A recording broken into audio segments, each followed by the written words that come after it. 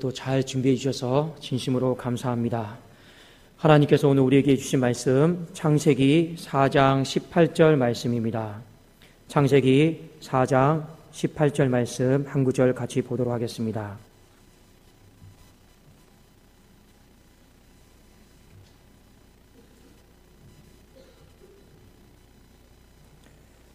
우리 한 목소리로 같이 합독하도록 하겠습니다. 시작.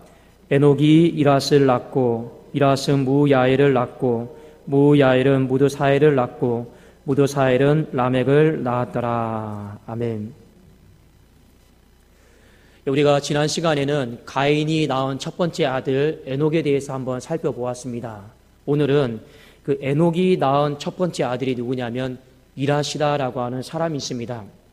성경에는 이라시다라고 하는 사람이 이름 그냥 한 구절만 나와서 우리가 이 사람이 어떤 사람인지 무엇을 하는 사람인지 보통 알지 못하고 그냥 넘어갈 때가 좀 많이 있습니다. 그런데 그래도 이 가인이 에녹을 낳고 에녹이 첫 아들로 이랏을 낳았는데 이랏의 의미를 살펴보면 이 중요한 또 메시지들을 우리가 몇 가지 발견을 할 수가 있습니다. 이랏의 뜻은 크게 두 가지가 있습니다. 어떤 뜻이 있냐면 첫 번째는 도망자다라고 하는 뜻이 있습니다. 두 번째는 자기를 과시하는 사람, 이 과시자다라고 하는 뜻을 가지고 있습니다. 이 두 가지 의미를 우리가 한번 머릿속에 잘 새겨보고 왜 에녹이 자신의 아들의 이름을 낳았는데 분명히 거기에는 자신의 어떤 삶에 대한 고백들이 포함이 되어 있거든요. 근데 왜 아들의 이름을 도망자라고 지었을까? 그리고 과시자라고 지었을까? 그것을 우리가 한번 살펴보면서 우리가 가인의 후손들의 어떤 삶의 모습을 안 닮아가는 것이 또 오늘 우리가 깨달아야 될 메시지인 줄로 믿습니다. 오늘 첫 번째 보면 이라시다라고 하는 뜻은 도망자예요. 이 도망자라고 하는 것은 단순히 도망치는 인생을 살아가는 사람을 도망자라고 하지 않습니다. 무언가를 잘못해서 도망쳤다 이런 의미가 아니죠. 이 도망자다라고 하는 것은 하나님 앞에서 도망치는 인생을 향해서 도망자다라고 이렇게 성경은 표현을 하고 있습니다. 여러분, 인생이 복된 인생은 하나님을 향해 더 가까이 나가야 되는 인생인 줄로 믿습니다. 그런데 어떤 인생은 하나님으로부터 점점 멀어지고 또 하나님으로부터 멀리 도망치기 원하는 사람들도 많이 있다라는 것이죠.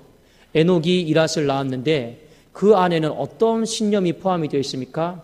하나님 중심적인 삶, 하나님께 가까이 나가는 삶, 그런 삶을 살지 말고 하나님과 멀어지는 삶, 하나님 앞에 떨어지는 삶, 그런 삶을 살 것을 어린 시절부터 이 아들에게 가르쳤다라고 하는 것입니다. 그래서 그 신앙의 이름을 따라서 아들의 이름을 도망자, 이라시다라고 이렇게 가르쳐주고 있습니다. 우리가 인생을 살아가면서 하나님 앞에 간섭받기 싫어서 말씀 앞에 내가 매어 살기 싫어서 도망치는 인생들도 참으로 많이 있습니다. 세상 사람들 보세요.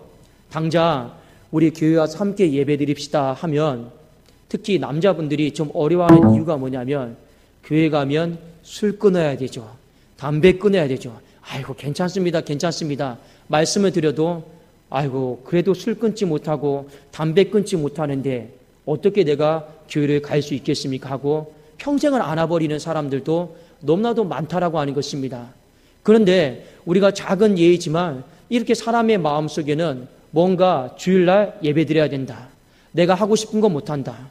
또 헌금 드려야 된다. 내가 피땀 흘려서 모은 돈을 또 누군가에게 바쳐야 된다. 자꾸만 뭔가 하나님의 말씀에 매어 살기를 싫어하고 그냥 우리 자유롭게 내가 원하는 대로 살기를 원하는 사람들이 많다라고 하는 겁니다. 그 이름의 뜻들이 무엇이냐? 바로 이라시입니다. 바로 도망자다라고 하는 것을 성경은 우리에게 가르쳐주고 있죠. 우리가 인생을 살아가면서 중요한 것이 무엇이냐면 여러분 방향 설정을 잘하는 것이 중요해요. 방향 설정이다라고 하는 것은 내가 하나님께 더 가까이 나갈 것인가 아니면 하나님으로부터 더 멀어질 것인가 이것이 인생의 한 가지 아니면 또 다른 한 가지의 방향 설정입니다. 그러나 성경 말씀은 우리에게 분명하게 기록하고 있는 것은 하나님을 가까이 함이 복이라고 말씀하였습니다. 여러분 기억하십시오. 하나님을 가까이 함이 우리의 가정과 우리 교회 가운데 복이 될 줄로 믿습니다. 빌립보서 3장 14절에 보면 사도 바울이 이 마지막 노는 인생에 이런 고백을 했습니다. 우리 한번 앞에 띄워진 말씀 3장 14절을 같이 한번 보기를 원합니다. 우리 자막에 띄워줄 수 있나요? 우리 한번 같이 한번 읽겠습니다. 잘 아시는 말씀이에요. 읽겠습니다. 시작. 표대를 향하여 그리스도 예수 아래서 하나님이 위에서 부르신 부름의 상을 위하여 달려가노라. 여기 앞뒤 말씀에 보면 이런 말씀이 있습니다. 내가 이미 얻었담도 아니요, 내가 이미 다 누렸담도 아니다. 나는 여전히 하나님이 나를 부르신 그 부름의 상, 표대를 향하여서 그리스도 예수 안에서 하나님 앞에 나는 날마다 하나님을 향해서 뛰고 달려가노라. 이렇게 믿음의 고백을 했던 사람이 바로 사도 바울이었습니다. 어떻게 해서든지 나는 하나님 중심적으로 살겠다. 하나님과 멀어지는 삶이 아니라 하나님과 가까워지는 그 삶을 살겠노라 결단했던 사람이 바로 사도 바울이었습니다. 그런데 가인의 후손들은 하나같이 어땠냐면 하나님으로부터 도망치기 시작을 했습니다. 하나님으로부터 간섭받기 싫어해서 어떻게 하면 더 멀리 갈 수 있을까? 이 생각과 사상 속에서 살았던 사람들이었다는 거죠. 그런데 여러분, 우리가 한 가지 분명히 기억을 해야 될 것은 무엇이냐면 하나님으로부터 도망치는 인생의 특징들이 뭐냐? 그냥 멀리 가버리면 하나님이 못 보신다. 하나님이 알지 못하신다. 이런 인간의 어리석은 생각들을 굉장히 많이 갖고 있는 것 같아요. 실제로 사람 눈에 안 보이면 사람은 모르죠. 그러나 우리가 아무리 멀리 저 땅끝에 도망친다 할지라도 하나님은 모르실까요? 내가 죄짓고 사는 거, 내가 은밀하게 죄짓고 사는 거 모르실까요? 하나님은 다 아신다라는 겁니다. 그러니까 사람이 하나님으로부터 도망쳐서 내 나름대로 내 만족과 유익과 욕심을 위해 살아간다는 생각 자체가 너무나도 어떻게 보면 우스운 것이고 어리석은 모습이다라는 것을 우리는 알 수가 있어야 됩니다. 시편 139편에 보면 여기에 보면 뭐가 나와 있냐면 우리가 하나님 앞에 도망칠 곳이 없다라고 하는 것이 분명히 나와 있습니다. 우리 한번 시편 139편 7절과 8절 말씀을 한번 같이 보기를 원합니다. 139편 7절 8절 말씀입니다.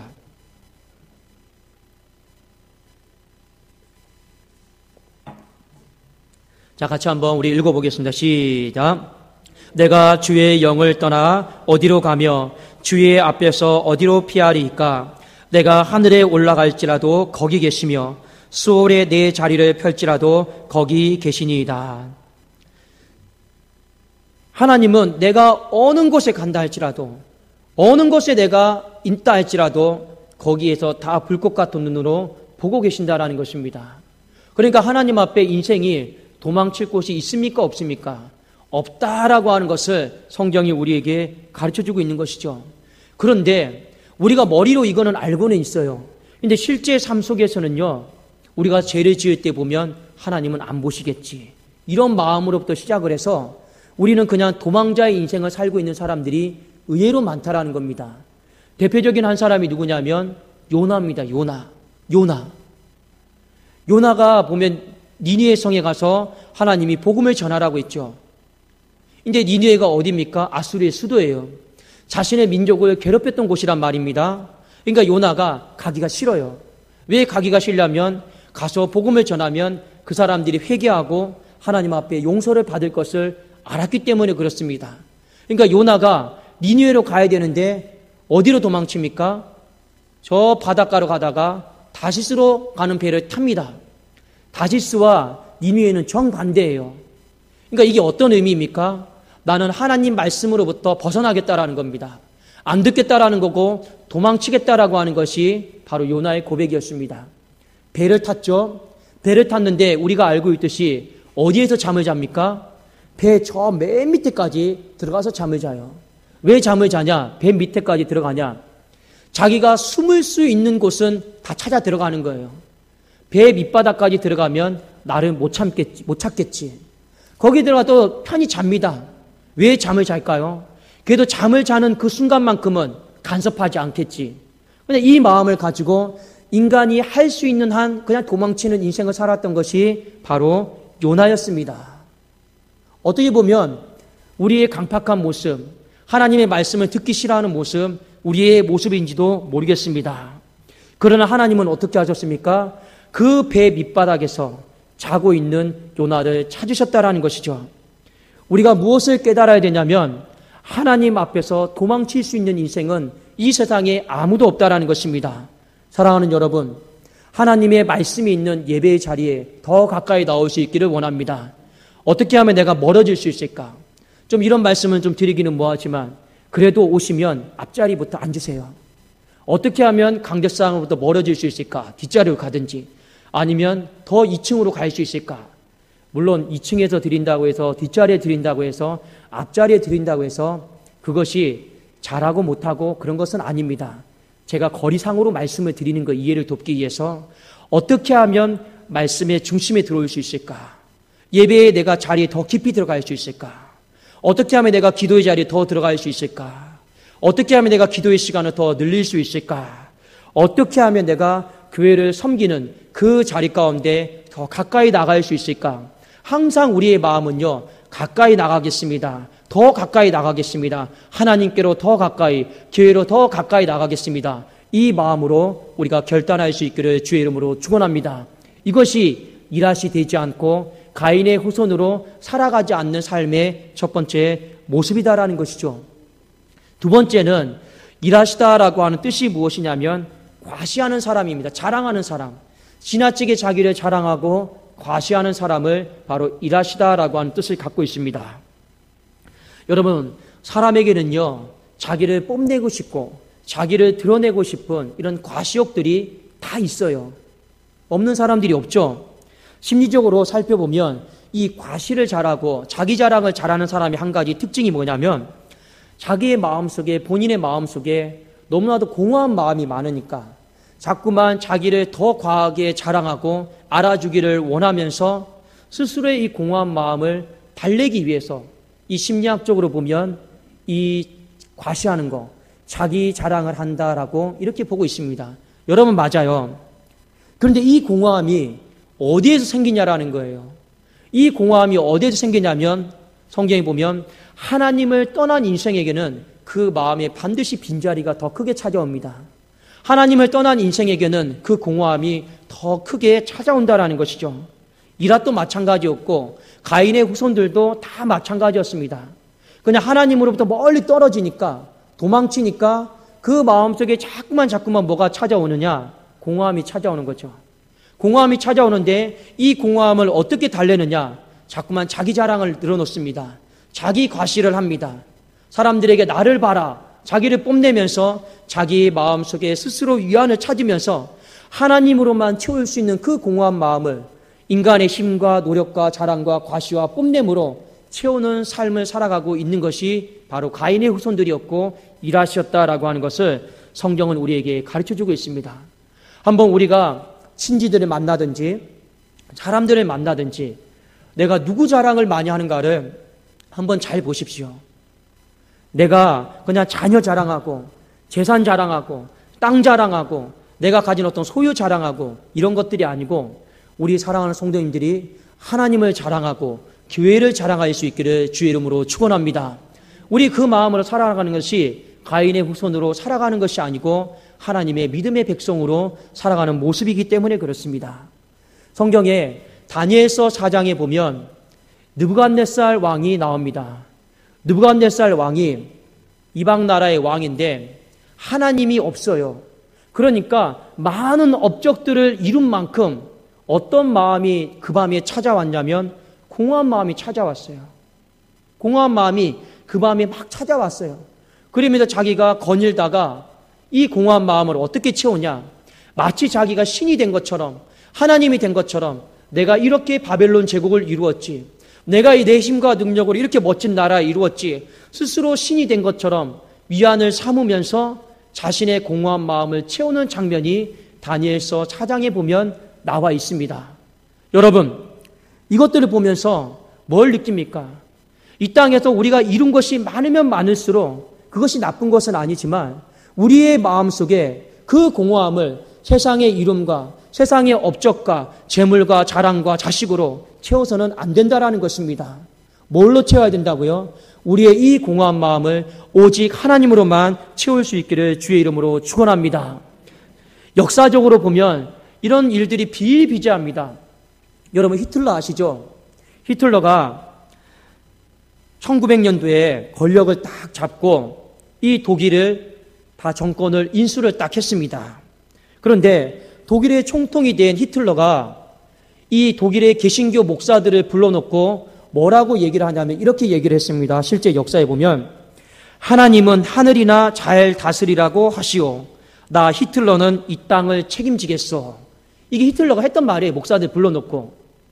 여기에는 어떤 의미가 포함이 됐냐면 나는 내가 원하는 대로 독일 제국을 엄청나게 부흥시키고 완성할 수 있다. 내 업적을 봐라. 지금 이렇게 말을 하는 것이죠. 그러니까 하나님은 관여하지 말라라는 겁니다. 하늘이나 잘 다스리고 나는 이 땅의 독일 제국을 비롯해서 유럽을 통합시키고 전 세계를 나는 통합시킨다. 이 업적들을 여러분 보라 그러고 이렇게 이야기를 하는 거예요. 그런데 우리가 한 가지 알아야 될 것이 있습니다. 히틀러의 어렸을 때 삶을 보면요. 그 어머니가 유대인 계모였어요. 그런데 우리가 알고 있듯이 히틀러가 유대인에 대한 엄청난 증오감을 갖고 있어요. 그게 어디에서 생겼냐면 이 어렸을 때 유대인 계모였던 그 엄마로부터 학대당하고 무시당하고 짓밟힘 당하고 거기서부터 마음이 채워지지 않은 거라요.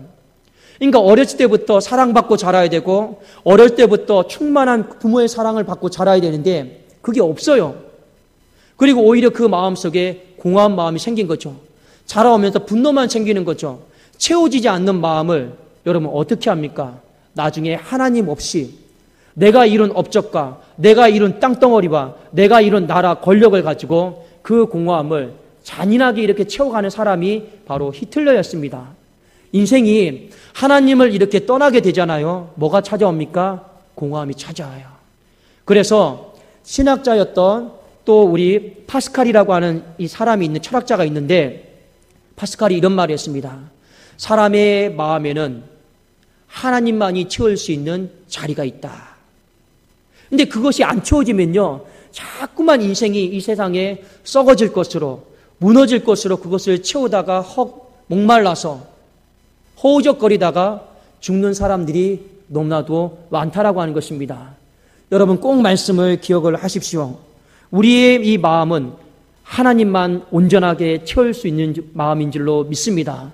이걸 다른 것으로 자꾸만 채우려고 하다 보면요. 안 되는 거라요. 야고보서 4장 14절에서 16절에 보면 자기 자랑을 많이 하고 자기 과시를 많이 하면서 스스로의 공허한 마음을 채우려고 하는 사람에게 경고하시는 말씀이 있습니다. 그 말씀을 제가 한번 읽어드릴게요. 내일 일을 너희가 알지 못하는도다. 너희 생명이 무엇이냐? 너희는 잠깐 보이다가 없어지는 안개니라. 실제로 우리의 삶을 보면요. 우리의 생명은 아침에 있었다가 잠깐 돌아보면 없어지는 안개와도 같은 거예요. 여러분 살아온 날 인생을 돌아보십시오. 우리가 인생을 살아오면서 느끼는 감정은 무엇입니까? 허무하다. 이렇게 허망한가? 이런 생각들이 너무 많이 들 때가 있습니다. 성경이 우리에게 우리의 생명이 무엇이냐? 자랑할 것이 못 된다라는 거예요. 이 생명을 통해서 이룬 모든 것들 위대해 보이고 피땀 흘려서 이룬 것처럼 보여서 다 자랑하고 할 것처럼 보이지만 하나님이 아무것도 아니다라고 말씀을 하고 있습니다. 뒤에 16절에 보면 이제도 너희가 허탄한 자랑을 하니 그러한 자랑은 다 악한 것이니라 라고 말씀을 하고 있습니다. 무슨 말씀입니까? 하나님 없이 하나님이 주신 생명인 줄 모르고 겸손하지 못하게 자기 자랑하고 과시하면서 하나님 없이 내 공허한 마음 채우려고 하는 모든 것들 허탄한 자랑이고 주님 보시기에 다 악한 것이다라고 이렇게 말씀을 하고 있는 것입니다. 사랑하는 여러분, 저와 여러분의 마음이 우리의 마음이 공허한 마음이 있을 수가 있죠. 없다라고 하면 그거는 거짓말입니다. 그러나 이 마음이 사람으로 환경으로 누군가의 말로 채워지는 것이 아니라 오직 예수 그리스도로 하나님으로 채워질 수 있기를 주의 이름으로 축원합니다. 우리가 하나님으로 충만해져 있으면 내 자랑하고 내 가시를 하는 것이 아니고 주님 자랑하게 되어 있습니다. 하나님 자랑하게 되어 있고 교회에 자랑하게 되어 있기 때문에 그렇습니다. 우리가 하나님으로 충만해져 있으면 우리가 어떻게 되냐? 모든 것들이 주님으로부터 말미암았습니다. 주님이 힘과 능력을 주셔서 이 모든 것들이 가능하게 되었습니다. 이 고백 속에서 예수님만 자랑하는 것이죠. 그런데 우리가 이것을 놓쳐버리면 어떻게 됩니까? 모든 것이 내 땀으로부터, 내 노력으로부터, 내 헌신으로부터 왔습니다. 자꾸만 자기를 과시하고 자기 자랑만 늘어놓게 된다는 것이죠. 사도 바울은 이것을 알고 우리에게 가르쳐주고 있습니다. 나는 날마다 죽노라. 나는 사나 죽으나 누구의 것이라고요? 주의 것이라. 나는 자꾸만 죽어지고 나의 인생은 살아도 주를 위하여, 죽어도 주를 위하여, 나는 사나 죽으나 주의 것이 되어서 주님만을 자랑하고 선포하겠다라고 고백했던 삶이 바로 사도 바울의 고백이었습니다. 오늘 말씀을 통해서 저와 여러분이 두 가지를 꼭 기억하기를 원합니다. 에녹의 후손 이라시라고 하는 사람이 성경 한 줄에 짤막하게 나오지만 이 사람의 뜻이 도망자입니다. 이 사람의 뜻이 과시하는 사람입니다. 여러분, 하나님으로부터 도망치는 인생이 되지 말고 하나님으로부터 더 가까이 나가는, 하나님을 향해 다름질할 수 있는, 표대를 향하여 나갈 수 있는 저와 여러분이 될 수 있기를 원합니다. 어떻게 해서든지 내 삶이 뒤로 물러서지 말고 하나님께 더 가까이, 교회 앞에 더 가까이, 교회에 헌신하고 봉사하는 삶에 더 가까이 나갈 수 있기를 원합니다. 또 한 가지는 하나님을 떠난 인생에게는 반드시 공허함이 찾아온다라고 하는 것을 절대로 잊어버리지 마십시오. 하나님 가까이 하면 공허함 안 찾아옵니다. 그것이 충만함으로 바뀌기 때문에 그렇죠. 그러나 하나님을 떠난 인생은 반드시 공허함이 찾아오는데 자꾸만 세상 자랑으로, 자녀 자랑으로, 돈 자랑으로, 토지 자랑으로, 물질 자랑으로 그 어떤 썩어질 것으로 자랑하지 마시고 자꾸만 이 마음이 찾아올 때마다 내 신앙을 점검하면서 내가 하나님으로부터 멀어져 있구나. 다시금 주님 천부여 의지 없어서 주님 앞에 두 손 들고 갑니다. 내 빈 마음을 채워주시옵소서. 내 공허한 마음을 채워주시옵소서. 이 마음으로 우리의 마음이 더 충만해질 수 있기를 원합니다. 그렇게 되면 내 입술에서는 자연스럽게 주님이 나올 거예요. 주님을 자랑하게 되고 교회를 자랑하게 되고 그렇게 될 줄로 믿습니다. 제가 어제 어떤 권사님이 이런 말씀 해주셨습니다. 목사님, 제가 경로당에 가는데 늘 하는 말이 있습니다. 권사님 어떤 말씀이세요? 예, 제가 경로당에 가면 늘 우리 독산동 교회 자랑합니다. 우리 독산동 교회 자랑하고 교회 자랑하고 우리 목사님 자랑합니다. 여러분, 참 그 말을 들었을 때 너무나도 감사했습니다. 제가 이 자리에 또 안 계시지만 어떤 얼마 전에 세례를 받았던 한 성도님이 어제 저랑 통화를 하다가 이런 고백을 했습니다. 목사님, 제가 그래도 하나님의 은혜로 말미암아 세례를 이렇게 받게 되었는데 그 다음 말이 참 많이 감동적이었어요. 제가 그래도 주님 자랑하고 다니려고 애를 쓰고 있어요. 그러니까 이분이 이런 말씀하는 겁니다. 제가 어떤 분을 우리 독산동 교회에 지금 전도하려고 목사님 제가 무진장 교회 자랑하면서 애를 쓰고 있는데 아까도 나가시면서 그분 성함을 알려주시고 저에게 기도 부탁을 하셨습니다. 참 제가 그 말을 듣고 한 성도님의 작은 고백이었지만 너무나도 힘이 되고 감사가 되었습니다. 본받고 싶다. 저분의 마음은 예수로 충만해 있구나. 교회로 충만해 있구나.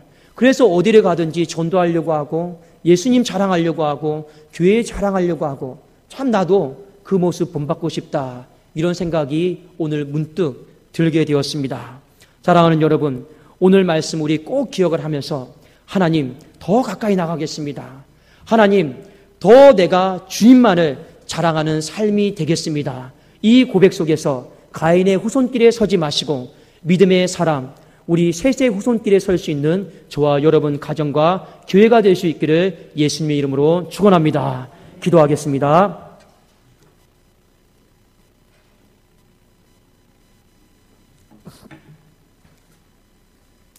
하나님 아버지 감사합니다.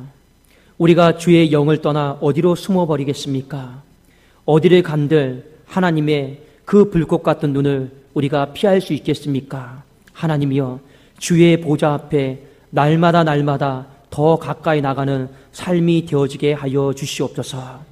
하나님, 우리 사랑하는 성도들의 삶이 하나님 중심적인 삶, 교회 중심적인 삶이 되게 하여 주시옵소서. 인생을 살아가면 나이가 들면 들수록 공허함이 찾아올 때가 많이 있습니다. 하나님, 이 공허함이 세상의 방법으로 채워지지 않게 하여 주시고 오직 하나님의 영으로, 말씀으로, 교회에 사랑하는 마음으로 충만하게 채워지게 하여 주시옵소서. 그리함으로 말미암아 사나 죽으나 주님만을 자랑하는 교회 되게 하시고 주님만을 자랑하는 교회가 되어지게 하여 주시옵소서. 이제 우리 교회가 새롭게 시작되는 41년 하나님으로부터 도망치는 교회가 아니라 더 가까이 나가는 교회, 충만한 교회가 될 수 있도록 축복하여 주시옵소서. 감사드리오며 주 예수 그리스도의 이름으로 기도드리옵나이다. 아멘.